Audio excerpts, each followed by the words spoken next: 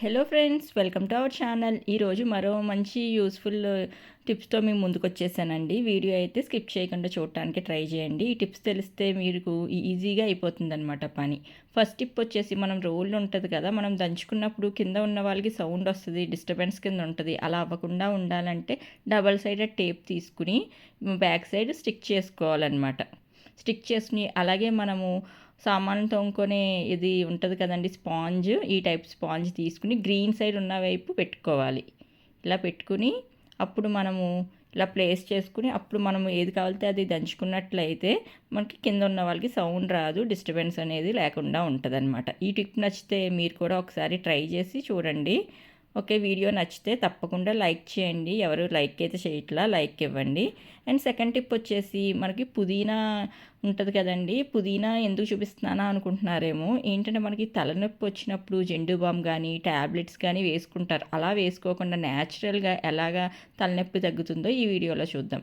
మనము ఏంటంటే ఒక్కటి రెండు ఇలా తీసుకుని ఒకసారి ఇలా నలపాలన్నమాట. మనము ఆ లీఫ్ తీసుకుని పుదీనా లీఫ్ ఇలా నలిపి స్మెల్ చూడాలి మనం. అలా స్మెల్ కొంచెంసేపు ఒక 5 మినిట్స్ పాటు ఇలాగ స్మెల్ చూసినట్లయితే మీకు హెడేక్ అనేది తగ్గిపోతుందన్నమాట. మీరే నిజంగా ఒక్కసారి ట్రై చేసి చూడండి. అలాగే ట్రై చేశాక మీకు నచ్చిందనుకుంటే తప్పకుండా కమెంట్ కూడా చేయండి.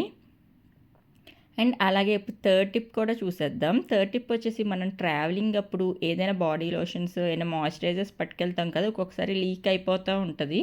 అలాగా మనకి దాంట్లో ఉన్న లోషన్ అనేది లీక్ అవ్వకుండా ఉండాలంటే ఒక బెలూన్ తీసుకుని హాఫ్గా ఇలా కట్ చేసుకోండి. కట్ చేసుకుని అప్పుడు ఆ క్యాప్ పైన ఇలాగ పెట్టేయండి. టైట్గా ఉండటం వల్ల పడకుండా ఉంటుంది. అండ్ ఇంకొక టిప్ కూడా చూద్దాం. మనం చిన్నపిల్లలు కానీ అలాగే పెద్దవాళ్ళు కానీ ఏదైనా రాసినప్పుడు గమ్మును ఒక్కొక్కసారి మనకి పెన్ను మరకలు ఏమైనా పడతా ఉంటాయి. అప్పుడు గమ్ముని వదలవు, మళ్ళీ ఆ డ్రెస్ వేసుకోలేము. అలాంటప్పుడు ఏం చేయాలంటే డెటాల్ తీసుకోండి. కొంచెం నేను ఈ క్యాప్లో కొంచెం డెటాల్ తీసుకుంటున్నాను.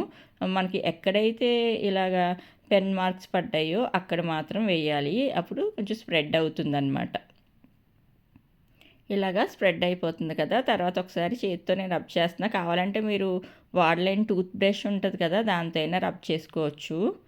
ఇలా రబ్ చేస్తే ఈజీగా పోతుంది. ఇప్పుడే వీడియో క్లిప్పింగ్లో చూసినట్లయితే చూసారా, మెల్లిగా పోతుంది. తర్వాత మనము వాటర్లో ఇలాగా పెట్టేసుకుని ఒక 5 మినిట్స్ ఉంచితే చాలండి.